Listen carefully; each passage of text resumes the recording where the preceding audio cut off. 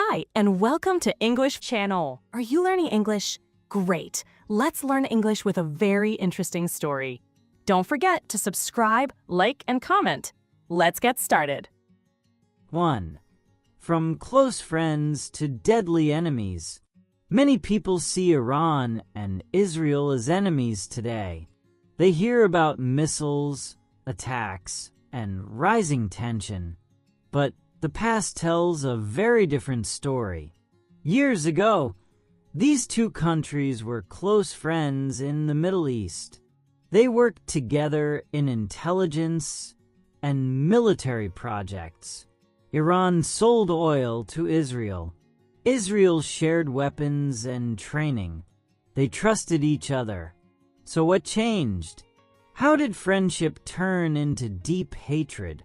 How did cooperation become direct missile attacks? Today, their conflict does not only affect them, it also threatens peace in the region and the world. This is the story of how two allies slowly became deadly enemies. 2. The Peripheral Alliance and the Golden Age, 1948 to 1979. After the State of Israel was created in 1948, it faced strong opposition from many Arab countries. Israel felt isolated and unsafe in the Middle East. At that time, Iran was ruled by Shah Mohammad Reza Pahlavi. The Shah wanted to modernize Iran and build a strong and stable nation. He also wanted powerful allies outside the Arab world. In 1950, Iran became the second Muslim country to recognize Israel. This decision was very important for both nations. It opened the door to close cooperation. Israel developed a strategy called the Peripheral Alliance. The idea was simple. If Israel could not find friends among nearby Arab states, it would build alliances with non-Arab countries around the region. Iran became one of Israel's most important partners. Both countries feared Arab nationalism and Soviet influence. They believed cooperation would make them safer. During this period, their relationship grew stronger each year. Iran supplied about 40% of Israel's oil. Oil was essential for Israel's economy and defense. In return, Israel provided weapons and modern technology. Israeli experts also shared agricultural and military knowledge. The two countries cooperated closely in intelligence matters. Israel's intelligence agency, Mossad, helped train Iran's secret police, SAVAK. SAVAK was created to protect the Shah's rule and stop internal threats. With foreign support, SAVAK became organized and efficient. Although many agreements were kept secret, the partnership was deep and practical. Trade expanded steadily. Military officers visited each other's capitals. Economic projects connected their industries. For many years, this period was considered a golden age in Iran-Israel relations. Trust and shared interests held the alliance together. 3. The Islamic Revolution and the collapse, 1979. Everything changed in 1979. Inside Iran, protests against the Shah became stronger. Many citizens believed he was too close to Western powers. They felt traditional religious values were being ignored. After months of unrest, the Shah left the country. Ayatollah Ruhollah Khomeini returned from exile and took control. He declared Iran an Islamic republic. The new leadership had a completely different vision. It rejected Western influence and strongly opposed Israel. Soon, Iran cut all diplomatic relations with Israel. The new government used harsh language against the Jewish state. Leaders called Israel the Little Satan. They also described it as a cancerous tumor. These words showed deep hostility. The Israeli embassy in Tehran was closed. The building was handed over to the Palestine Liberation Organization, or PLO. This action was highly symbolic. It sent a clear message to the world. Iran no longer saw Israel as a partner. It now supported the Palestinian cause. In a short time, friendship turned into open enmity. The long period of cooperation ended suddenly. A new intense chapter in Middle Eastern history had begun. 4. Secret handshakes in the dark 1980s. In public, Iran and Israel were now enemies. Iran's leaders spoke strongly against Israel. They called it illegal and dangerous. Many people believed the relationship was completely finished. But history is often more complex than it seems. In 1980, a new war began in the region. Iraq, led by Saddam Hussein, invaded Iran. The Iran-Iraq War became long and brutal. Both sides suffered heavy losses. For Israel, Iraq was also a serious threat. Saddam Hussein had a large army. He also showed interest in powerful weapons. Israel feared that Iraq might develop weapons of mass destruction. Because of this shared concern, a strange situation developed. Although Iran and Israel were official enemies, they had one common rival. In the early years of the war, Iran needed military supplies. Its air force used American-made aircraft from the time of the Shah. After the revolution, Iran could no longer easily buy spare parts. Many planes were grounded because they lacked equipment. At the same time, Israel wanted to prevent Iraq from becoming too strong. So secret contacts began. Israel quietly sold spare aircraft parts and even tires for fighter jets to Iran. These sales were not public. They were arranged through hidden channels. The goal was not friendship. The goal was strategy. Israel believed that helping Iran survive would weaken Iraq. A weaker Iraq meant less danger for Israel. These quiet deals showed that politics can be complicated. Public speeches showed hatred. Secret actions showed careful calculation. This period proved that national interests sometimes override public words. 5. The rise of proxy forces, 1982 to 2010. In 1982, Israel sent troops into Lebanon. The goal was to fight armed groups near its northern border. This event changed the balance of power in the region. Iran saw an opportunity to respond in a new way. Instead of fighting Israel directly, Iran chose indirect action, with support from Iran's Revolutionary Guard. A new group was formed in Lebanon.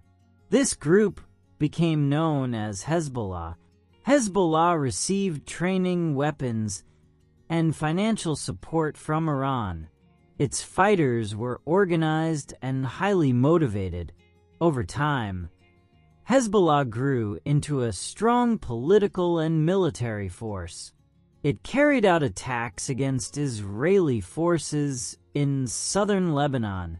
For Iran, this strategy had clear advantages.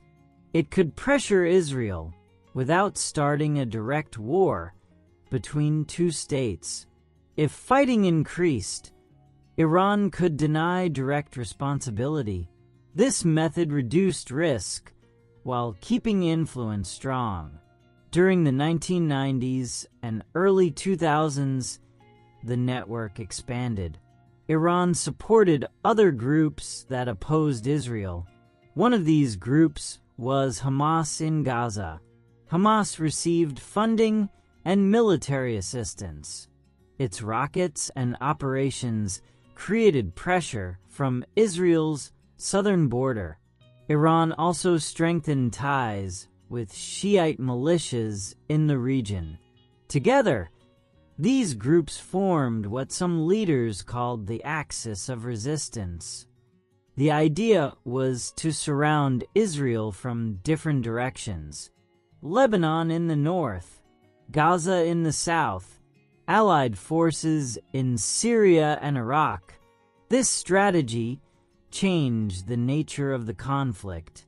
Instead of one clear battlefield, there were many small fronts. Short wars and sudden clashes became common. Missile exchanges increased. Border tensions rose again and again. Israel responded with airstrikes and defensive systems. Each side prepared for future escalation. By 2010, proxy warfare had become a central part of the Iran-Israel rivalry. The conflict was no longer hidden, but it was also not fully direct. It was a long struggle through partners and allied forces. 6. The beginning of the Shadow War, 2010 to 2015. Around 2010, the conflict entered a new phase. Attention shifted to Iran's nuclear program. Israel believed that a nuclear-armed Iran would threaten its survival. The United States shared similar concerns. Instead of launching airstrikes, a different tool was used. In 2010, a powerful computer virus called Stuxnet was discovered. This virus targeted Iran's nuclear facility at Natanz. It secretly damaged thousands of centrifuges. These machines were used to enrich uranium. The attack slowed the program without bombs or missiles. Many experts believe Israel and the United States worked together on this operation. It became one of the first known cyber weapons in history. However, cyber attacks were only part of the Shadow War. During these years, several Iranian nuclear scientists were killed. The attacks happened inside Tehran. Motorcycle gunmen and remote devices were reportedly used. The killings shocked the country. Iran blamed Israel for the assassinations. Israel did not officially confirm involvement. At the same time, cyber attacks targeted military and industrial systems. Each side accused the other of aggression. Trust became almost impossible. The conflict remained mostly hidden from open battlefields. Yet the danger increased quietly. Technology replaced traditional weapons in many operations. Intelligence agencies played a central role. By 2015, tension was higher than ever. The rivalry had moved from proxy battlefields to cyberspace and secret missions. The Shadow War had truly begun. 7. The JCPOA and a temporary pause, 2015 to 2018. In 2015, an important diplomatic agreement was signed. Iran reached a nuclear deal with several world powers. This agreement was called the Joint Comprehensive Plan of Action, or JCPOA. Under this deal, Iran agreed to limit its nuclear program. It reduced uranium enrichment to 3.67%. This level was suitable for civilian energy use. Iran also allowed international inspectors to visit its nuclear sites. In exchange, many economic sanctions were lifted. Iran gained access to frozen assets and international trade. For a short time, tensions seemed to decrease. Some leaders believed the agreement would prevent a nuclear crisis.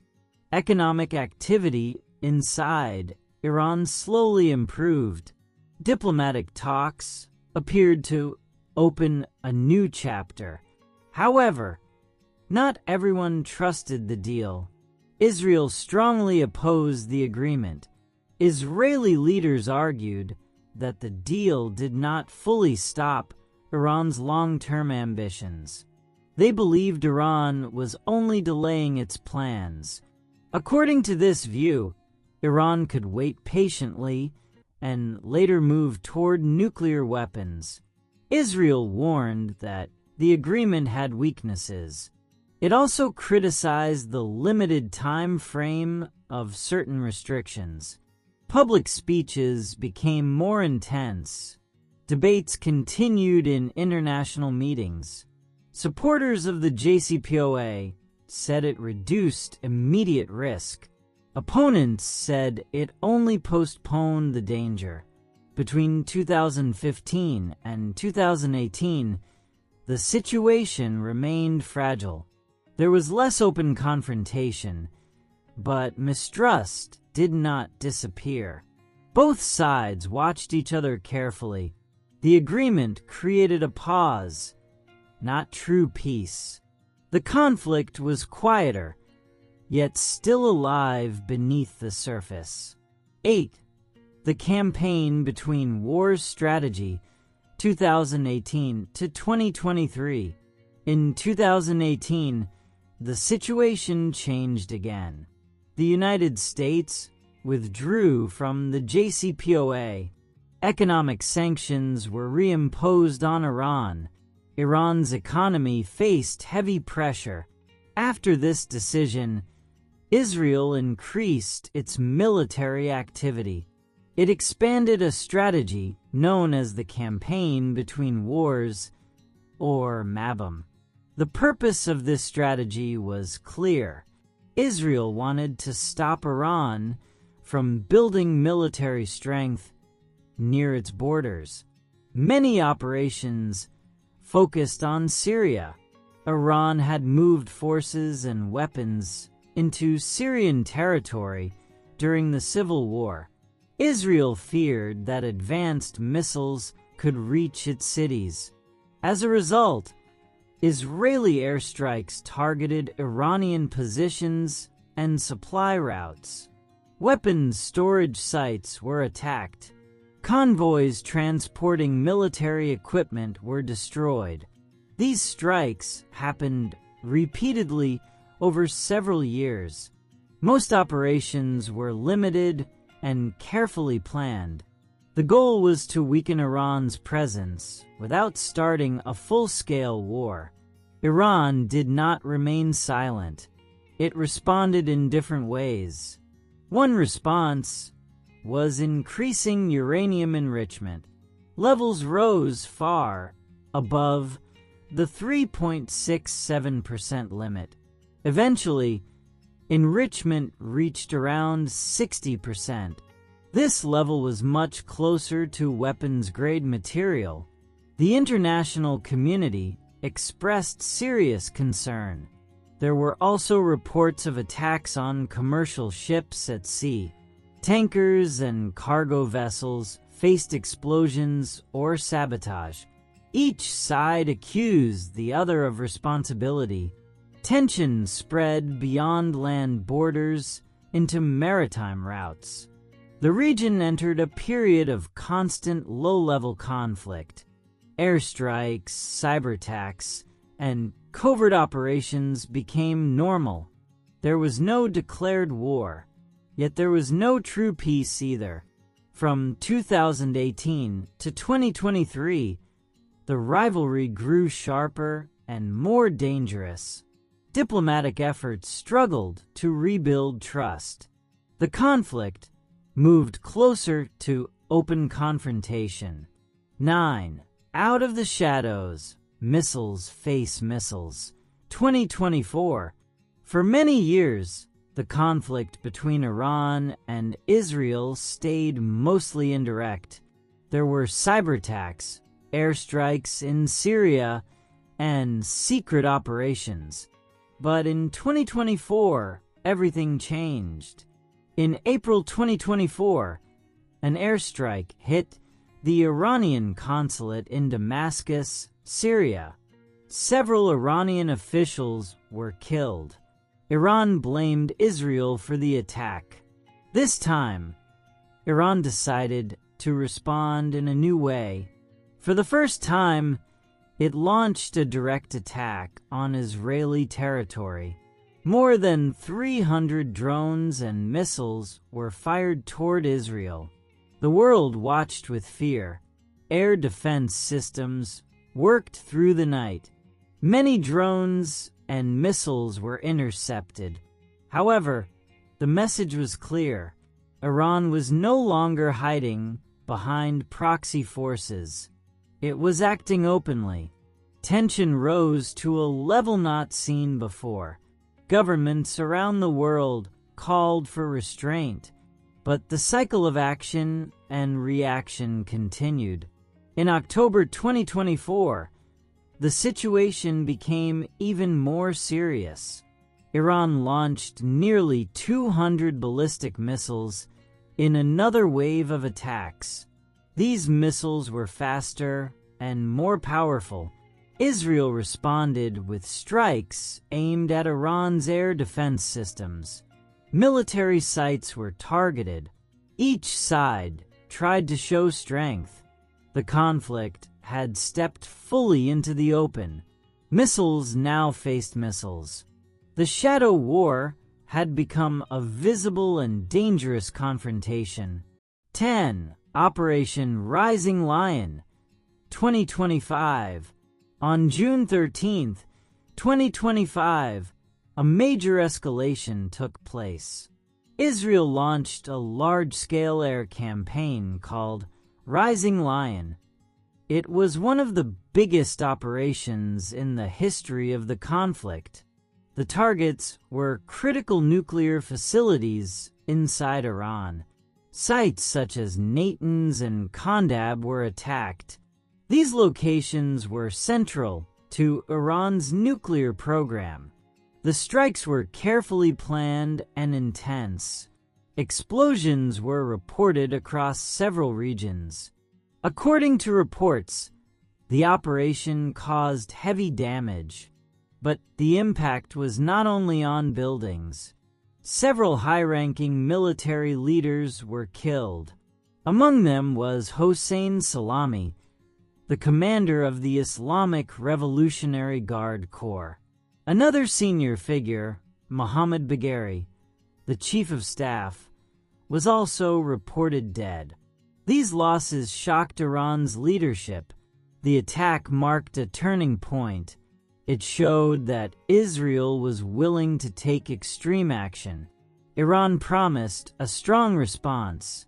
Fear of a wider regional war grew quickly. Global markets reacted with uncertainty. Energy prices increased. Diplomatic channels tried to prevent further escalation. Yet trust between the two nations had nearly disappeared. By the end of 2025, the conflict had reached a level that few had imagined possible just years earlier. 11. The U.S.-Israel coalition and the fall of an era, 2026. On February 28, 2026, the conflict reached its most dramatic moment. The United States and Israel launched a coordinated military campaign. The operation aimed to destroy Iran's nuclear capacity permanently. It also sought to weaken the ruling system in Tehran. Airstrikes targeted nuclear sites, military bases, and key command centers. Missile systems and naval facilities were hit. The attacks were fast and intense. Iran struggled to respond effectively. During the operation, reports confirmed the death of Supreme Leader Ali Khamenei. He was killed in a strike on his office in Tehran. This event shocked the nation. For decades, he had been the central figure of power in Iran. His death created a sudden leadership crisis. Protests and confusion spread across major cities.